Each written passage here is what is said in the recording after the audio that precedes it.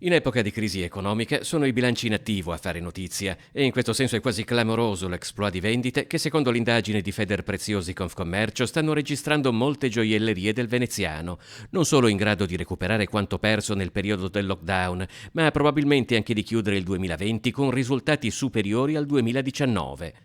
Un fenomeno che però non riguarda Venezia. Anche in questo campo l'economia puntata tutta sul turismo ha prodotto una grave crisi del settore. Oggi, non essendoci mobilitazione sul turismo, diciamo che potrebbe essere una cosa che va di pari passo al turismo, Sì, quindi il commercio veneziano ne risente notevolmente. Vero è un fatto che mancando il lavoro con affitti come hanno in centro storico a Venezia diventa una cosa abbastanza problematica.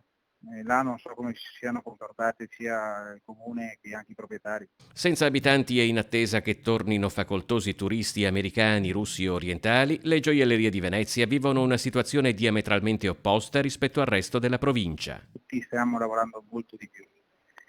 Paradossalmente, visto il periodo, è vero anche un fatto che sono mancate alcuni eventi tipo cresimi, battesimi, comunioni, quindi oggi dando la possibilità alle persone di fare l'evento, ovvio che si vanno ad accumulare, quindi si sormontano anche a quelle esistenti, perché è vero fatto che se un battesimo non è stato fatto 6-7 mesi fa, oggi si fa il battesimo di quello che ha 7 mesi, 8 e anche quello che ne ha 1-2.